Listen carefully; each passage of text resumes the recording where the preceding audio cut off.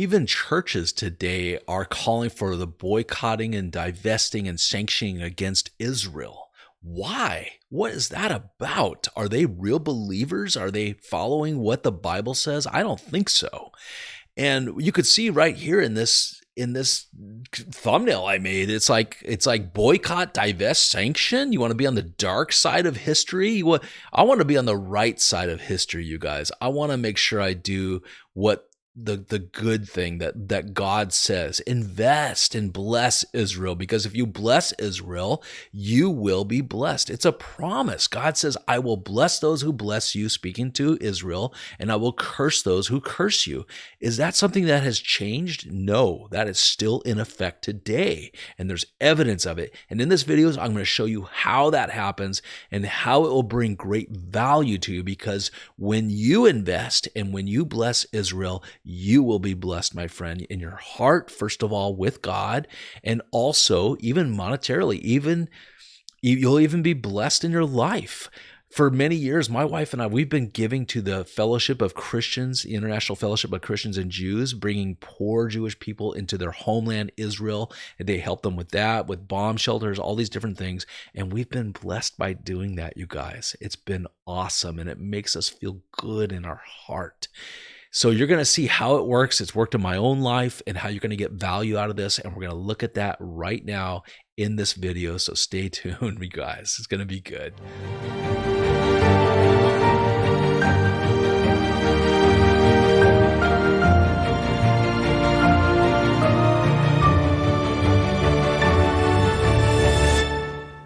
All right. So here we are again. Boycott, divest, sanction, or invest. Which one is it, guys? Boycott, divest, or sanction, or invest? Let's look at it. God blesses those who bless Israel. It's in the Bible. So a lot of churches even, and this is like their newest logo, like their bumper sticker and their thing, whatever, but it's the BDS movement. And it shows this guy here who looks really poor, and he's got scales in his hand. And, it's like, woe is me. The world hates me. Look at these oppressive people, what they're doing to me. And this is really a lie, you guys, because they hate Israel, but Israel is the best country, I think it's the best country in the world right now for how they treat their people. Okay, so you might have seen these at a rally or whatever, or a college you might go to. Boycott, divest, and sanction. Even churches are starting to do this, which is ridiculous. So boycott, what does that mean? What does that word mean? It means snub. I looked these up, you guys. Snub, spurn, cold shoulder. Is that what you want to do? You want to be known for that as someone who gave the cold shoulder to the Jewish people, kind of like the Germans did, even the Christians in the churches in Germany, that they shunned and they gave the cold shoulder to the Jewish people as they're being rounded up to be brought to these concentration camps. Now, there were some good people good Christians who hid their Jewish friends from these evil Nazis. My uncle was one of them. He had the tattoo from a concentration camp on his arm. He would show it to me when I was a little boy, and he had the biggest smile on his face when he showed it to me. He also had missing toes because they made him walk in the snow barefoot. Because why? Because he hid his Jewish friends from the evil Nazis, and he got busted. But he was so filled with joy, and I know he's in heaven right now for what he did, and because he believed in Jesus, and Jesus' love will shine forth that way, like the Ten Boone family. You could see that video I did on that, the hiding place. They loved Israel. They prayed for Jerusalem. They loved the Jewish people. In fact, the father, who was Casper Ten Boom, he got in line to get the Star of David and wore it proudly. And he considered it an honor to die for the Jewish people, because guess what? Jesus is King of the Jews. He's King of Israel. He is Jewish too, you guys. So we need to get this right. So why would a church call for boycotting, divesting, and sanctioning Israel? Is because they're anti-Semitic, and there's something very wrong with their doctrine, and they're not reading the whole Bible, the whole counsel of God. And that's what this channel is about. So let's get back into it. So boycott means spurn, snub, give the cold shoulder, kind of like what they did in Nazi Germany. So it's just an evil, satanic thing. So the antonym, the opposite of boycott, means to deal, welcome, and exchange. I'd rather be known for that, wouldn't you? So here's some college students, divest for Palestine and apartheid. They're trying to compare Israel to what South Africa was like with Mandela and all that. It's just a big lie, you guys. It's all propaganda. Divest means to deprive, bereave, and bankrupt. Is that what you want to do to the Jewish people? Really? The country that has the freest state in the Middle East, one of the freest countries in the world, and they take care of their Arab citizens who are Muslim. They treat them with respect. They even let them serve in government. I mean, come on. So the antonym of divest is to clothe, cover, give, and invest, right? I'd rather do the opposite of divest. I'm investing in Israel. That's what you should be doing as a Christian, as a follower of Yeshua Mashiach, right? The Jesus, the Messiah. So you should be investing. Now, check this out. The opposite of divest is to clothe and to cover and to give. Now, what did Jesus say? Remember this? In Matthew chapter 25, it says, I was hungry and you gave me food. I was naked and you clothed me. Then the righteous will answer him, Jesus said, saying, Lord, when did we see you as a stranger and welcome you, or naked and clothe you? And the king will answer them, truly, I say to you, as you did it to one of the least of these my brothers, you did it to me. Who are the brothers of Jesus? The Jewish people, my friend. Remember Joseph's story? It was his brothers. They were, even though they rejected him at first and sold him down the road as a slave for pieces of silver, later on, he saves them all and they realize he's alive. Our brother's alive. And he saves them. You see the picture? The whole counsel of God, guys, the whole Bible, that's what we do. So sanction, the last part of that BDS thing, it means to deny, threaten, and disapprove. Wow. But the antonym of sanction is reward, approve, and endorse. That's why I do these videos, you guys, because as a believer in Jesus Christ, I want to endorse the nation of Israel. I've read Romans chapter 11. I've read Revelation where the Jewish people are saved at the end, and it's important. They're important to God. They're still the apple of his eye. Right? Like Zechariah says in other places in the Bible, they are the apple of his eye. That means the very center of God's eye. Do you want to poke his eye, or do you want to appear as something good that makes his eye happy, pleasing to God's eye? I'd rather be pleasing to his eye. So let's get back into that. So the antonym is reward, approve, and endorse, the antonym of sanction. So I was born in Santa Cruz, California, and we lived there till I was about 9. Then we moved to Albuquerque, then back to Santa Cruz when I was about 14. And this place, when I was really young, back in the 70s, the Jesus movement was happening, the Jesus revolution up and down the coast. And it was a place full of hippies, but a lot of Christians too.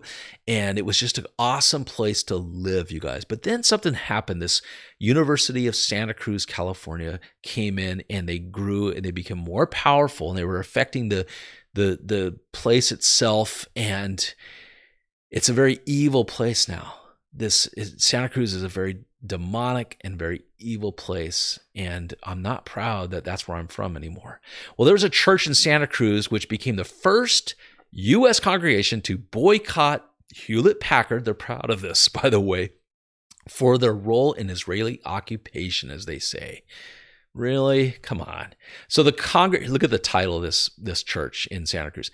The Congregation of Peace United Church of Christ in Santa Cruz. That's a long title, isn't it? California, they voted to refrain from buying Hewlett-Packard products like ink cartridges and things like that because of their connection with Israel. Ridiculous. Why do they do that? Why did they do this? So these so-called Christians, because they hate America, number one, who Iran also hates America and calls America the great Satan, which is ridiculous. And because they hate Israel, Iran calls Israel the little Satan. So they have a lot in common, right? Don't they? not just the Iranian people, but I'm talking about like the Iranian government and the evilness that's in that part of Iran. Because they hate God. That's the real root of this, you guys. They hate God. So it's all the above. They hate America, they hate Israel, they hate God. Whether you like that or not, it is true. So God blesses those who bless Israel. America has been blessed greatly. Like, think of however you want of Donald Trump. I don't care what you think of him, but here's the thing, guys. He blessed Israel, and guess what? Our nation was being blessed as he did that. And then when we start to side with Iran and lift sanctions on Iran and shun Israel, guess what happens? Our economy starts diving. We're in trouble because the scripture's being fulfilled right before your eyes. God blesses those who blesses Israel. He curses those who curse Israel. In Zechariah chapter 12, verse 9, remember it says, "And on that day I will seek to destroy all the nations that come against Jerusalem." Isaiah 66, verse 8 says, "Who has heard such a thing, and who has seen such things? Shall a land be born in one day, or a nation be born in one day?" What is he speaking about? He's speaking about the nation of Israel, you guys. "Shall a nation be brought forth in one moment? For as soon as Zion was in labor, she brought forth her children." Whoa. This was written 700 years before the birth of Christ, about 2,700 years ago. And it's speaking of this nation of Israel being born again as a nation, being born. Labor pains. Remember Jesus talked about labor pains near the end of the latter days, the end of times? That could be part of it, this nation of Israel being born, you guys. Deuteronomy 32:9 says, "For the Lord's portion is his people, Jacob is the allotment of his inheritance." For behold, Joel chapter 3, verses 1 through 2, "For behold, in those days and at that time when I restore the fortunes of Judah and Jerusalem, I will gather all the nations and bring them down to the valley of Jehoshaphat."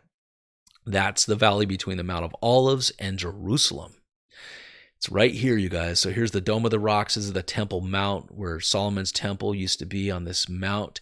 And then here's the valley down here where the Kidron Valley, or the brook is down here. And here's the Mount of Olives. And someday God's going to bring the armies of the world who hate Israel to come and to fight against Jesus, and they're going to be wiped out, you guys. It's not going to be good for them. Joel chapter 3, verses 1 through 2, it says, "And I will enter into judgment with them. Therefore, on behalf of my people and my heritage, Israel." He names it Israel. "Because they have scattered them among the nations." Remember, the Romans scattered the Jewish people among the nations. Hadrian, that evil emperor around 135 AD, he had them sold as slaves, and Christians too, sold as slaves and exiled out of the land of Judah and that land of ancient Israel and into all of the Roman Empire. So he scattered them and have divided up my land. Remember, people today want to divide Israel up. Israel's a united country, but what does the UN want to do? These United Nations, they want to divide Israel up, and that's evil. We don't want to do that. So we want to cancel BDS. Okay, we're canceling the BDS movement, and we're acknowledging, we're investing, and we're rewarding, and we're acknowledging this great nation of Israel in this channel. And that's what this is about. So Zechariah chapter 2, verse 8 says, "For he who touches you touches the apple of his eye." Whose eye? God's eye. "He who touches you touches the apple of his eye." So God loves Israel, and he loves it when us Christians, his children, support and we bless Israel, and he will bless you, my friend. Very important that you do that. All right? I want you to be blessed, and God loves you, and he loves Israel. So, hey, looking forward to the next video, and I can't wait to hang out with you guys again. God bless you, and God bless Israel, and may there be peace in Jerusalem. We want to pray for the peace of Jerusalem, you guys. All right? So that's it.